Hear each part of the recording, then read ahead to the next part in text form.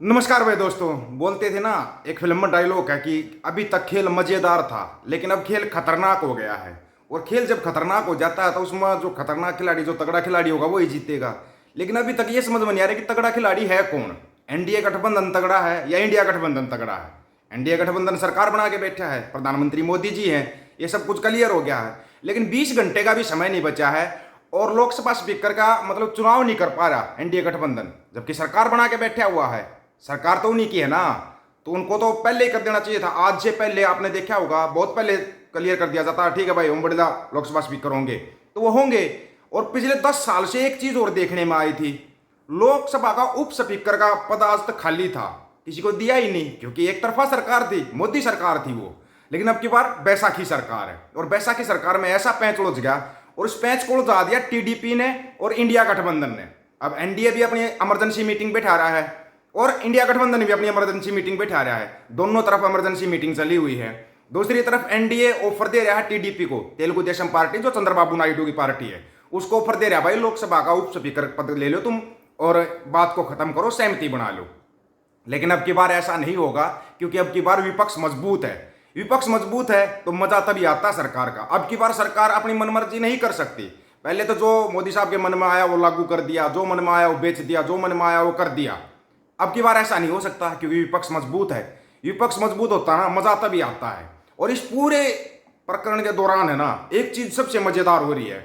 आज तक क्या बोला जाता, बीजेपी का सबसे बड़ा चाणक्य कौन था?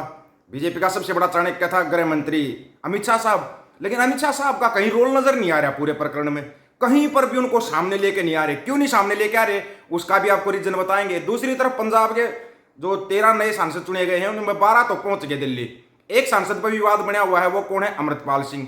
अब उसका कैसे उसका शपथ दिलाई जाएगी, कैसे किया जाएगा, वो भी आपको आज बताते हैं, क्लियर करते हैं। क्योंकि एक बार पहले भी ऐसा हो चुका है, पंजाब में ही हुआ था, ऐसे शपथ दिलाई गई थी, लेकिन वो शपथ है ना संसद भवन के अंदर नहीं दिलाई गई थी। आपको याद दिलाएंगे वो भी कैसे होगा। सबसे पहले आप देखिए, स्पीकर को लेकर, लोकसभा स्पीकर पद को लेकर एनडीए नेताओं से बात की। एनडीए नेताओं से प्रधानमंत्री साहब ने, बीजेपी नेताओं से नहीं, एनडीए जो गठबंधन है, गठबंधन के नेताओं से बात की। राजनाथ सिंह और किरण रिजिजू ने बात की है, भाई इन दोनों को आगे कर रखा है।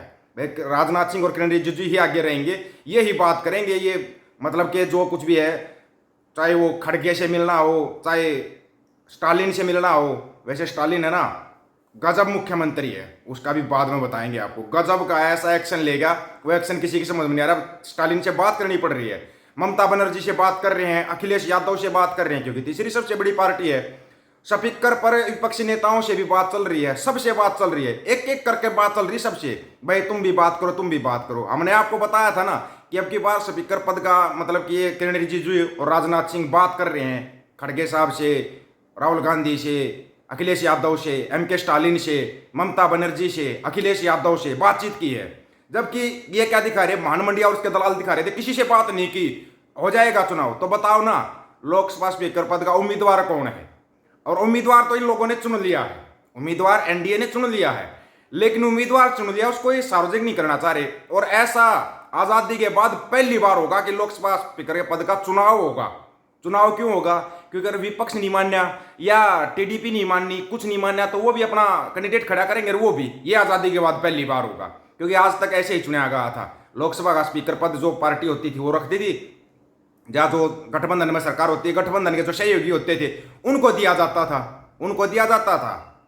लेकिन लोकसभा का उप स्पीकर पद का जो होता था ना, कैंडिडेट होता था, वो हमेशा विपक्ष का होता था। लेकिन पिछले 10 साल से ना उप स्पीकर तो किसी ने सुना ही नहीं। लोग भूल गए थे कि लोकसभा का उप स्पीकर पद भी कोई होता है। पिछले 10 साल से गायब था। क्यों? क्योंकि मोदी की सरकार थी, वो मोदी सरकार थी, वो एनडीए सरकार या बीजेपी सरकार नहीं थी, वो मोदी सरकार थी। अब मोदी सरकार नहीं, अब बैसाखी सरकार है। बैसाखी सरकार के अंदर पैंच गया उलझ। पैंच इसलिए उलझ गया, राहुल गांधी ने ऑफर दे दिया टीडीपी को, भाई आपका लोकसभा स्पीकर पद का अगर उम्मीदवार होगा ना, आपका उम्मीदवार होगा तो हम सर्वसम्मति से समर्थन दे देंगे, समर्थन दे देंगे। अब टीडीपी को देख लिया, भाई बड़े पद तो हमारे को नहीं मिले। लेकिन लोकसभा स्पीकर पद का अहमियत क्या होती है वो सबको पता है। उसकी इतनी अहमियत होती है, इतनी तो ना लोग मतलब प्रधानमंत्री पद की भी अहमियत नहीं मानते। भाई लोकसभा स्पीकर पद का जो है ना, उस पर अपना बंदा तो होगा तो मोदी साहब 5 साल निकाल जाएंगे।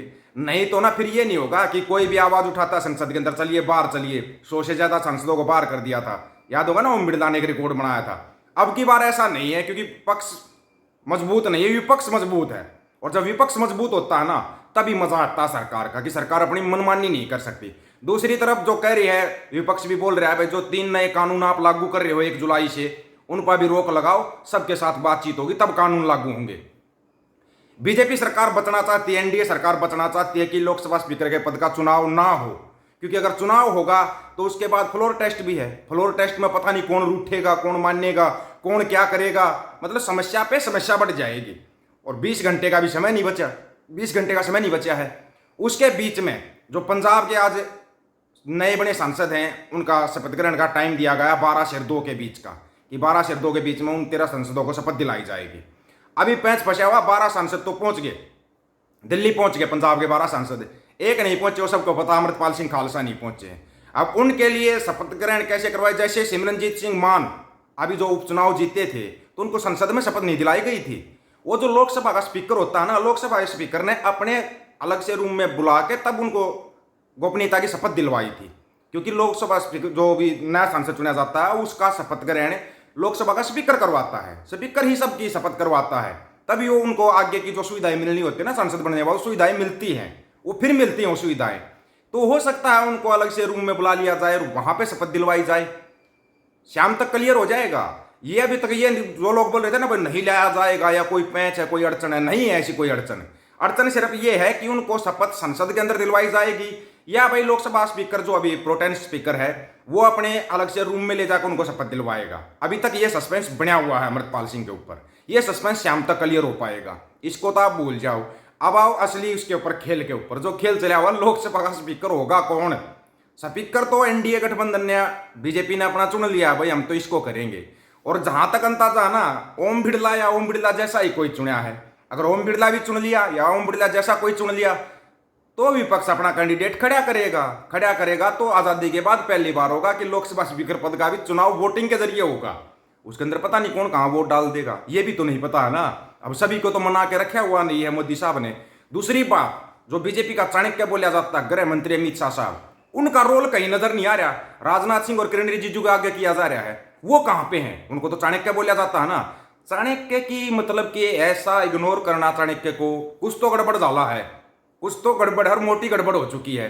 वो मोटी गड़बड़ कहां पे हुई? क्योंकि सबको पता है अमित शाह साहब की मोदी साहब की एक जोड़ी है, तारा सितारा जैसी जोड़ी है इनकी। तो तारा और सितारा की जोड़ी को तोड़ कैसे सकते हैं? फिर कहीं योगी का भी नाम नहीं आ रहा है। कभी योगी को आगे ले लिया जाए, वो मनाने में, वो करने में हो, उनका भी कहीं नाम नहीं है। अंदर खाते बहुत कुछ चल रहा है जो बाहर लोगों को नजर नहीं आ रहा है। अंदर खाते इनका खुद का गृह युद्ध चला हुआ है, वो इनकी समझ में नहीं आ रहा। ऊपर से लोकसभा स्पीकर पद, कल 26 तारीख है, कल चुनाव भी होना है। चुनाव होना सोचते सर्वसम्मति से हो जाए तो कम से कम एक समस्या का तो समाधान हो जाए। लग नहीं रहा इसका समस्या का समाधान शाम तक होगा, क्या लगता है? दूसरी तरफ कांग्रेस अपनी शर्तें अड़ा के बैठी हुई है, तो हमारी शर्त तो ये होगी, हमारी शर्त मानोगे तो ठीक है, नहीं तो अपना कैंडिडेट खड़ा करेंगे हम। तो वो इंडिया गठबंधन अपना कैंडिडेट खड़ा करने पर तुला हुआ है। आप लोगों को क्या लगता है दोस्तों? इस बारे में अपनी राय जरूर देना। और हाँ, हमने जो आपको पहले न्यूज़ बताई थी ना, उस पर मोहर लगा दी। धन्यवाद मोदी जी, आप हमारी न्यूज़ के ऊपर मोहर लगा दिया करो, उसके लिए आपका धन्यवाद। आपकी राय का इंतजार रहेगा। सभी साथियों को राम राम, नमस्कार, आदाब, सत श्री अकाल। वीडियो को ज्यादा से ज्यादा शेयर, चैनल को सब्सक्राइब और बेल आइकन को जरूर दबाना दोस्तों। ऑफिशियल दीपक फौजी यूट्यूब चैनल, बात हक और सच की करेंगे, हक सच की बात हम करेंगे। वीडियो को शेयर करने की जिम्मेवारी आप लोगों की है। गज के आखो, वाहिगुरु जी का खालसा, वाहिगुरु जी की फतेह।